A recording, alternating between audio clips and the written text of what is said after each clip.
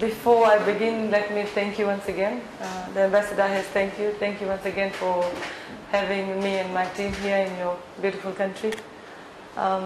This is my first trip to Indonesia, and I became a minister in the last year's elections in September.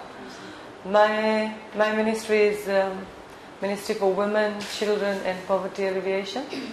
So it's a big portfolio, and the vision for the ministry is to empower the disadvantaged, and that includes women and children. We have a population of less than 1 million. Less than 1 million. And yes, but the problems are the same. We still have problems associated with women and children, and one of the biggest problems for us is domestic violence.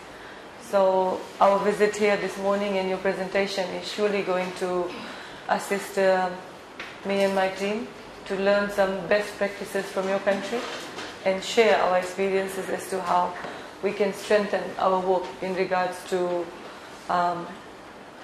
eliminating violence against women and children. Currently in Fiji we have 64% of women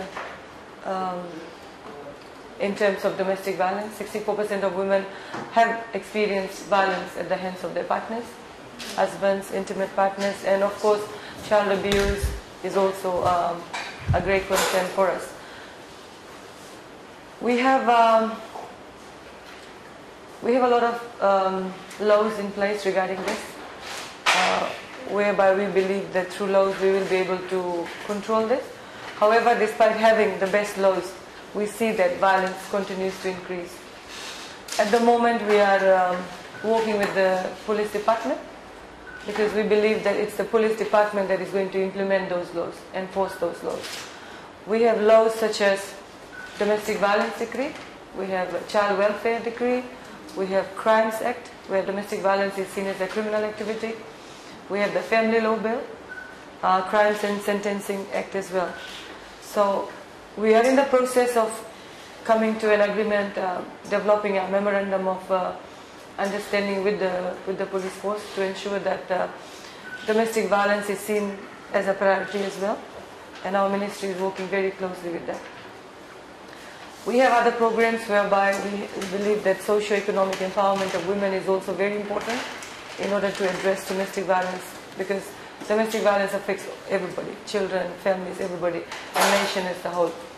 Our Prime Minister has taken a lead role in this, and we are conducting repeated messaging, because we believe that repeated messaging is probably the best way to change the mindsets of people.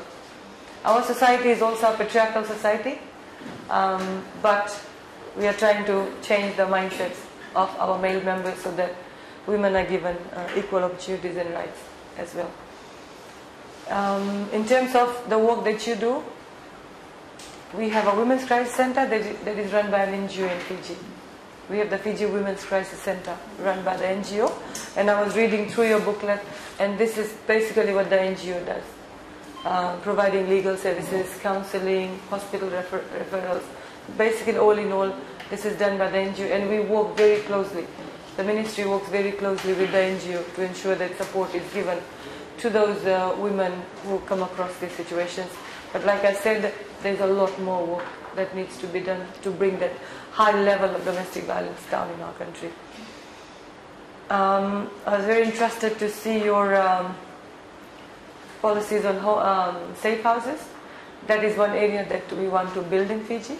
We have safe houses that is run by religious organizations, faith-based organizations. The government does not have a safe house, but we have plans to establish at least one safe house where we can assist those women in terms of emergency housing and accommodation. In terms of community messaging, we are trying to send out very strong community messaging that violence should not be accepted. Yeah? And of course, all assistance should be provided to the victims. But we do find that the support that is given to the victim is not there by the families and the communities.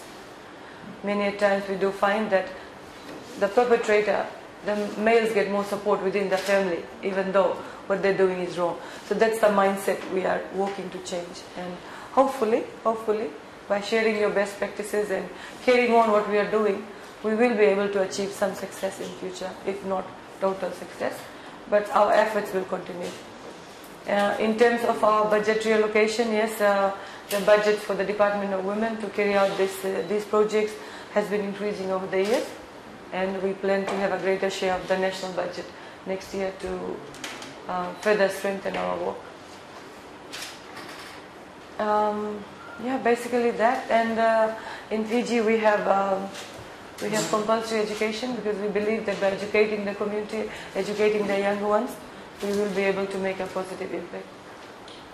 And well, on that, as I said, I'm new to the portfolio, just been 9 months into office, and I'm sure that you will agree with me that when it comes to women empowerment, there's a lot of work that needs to be done.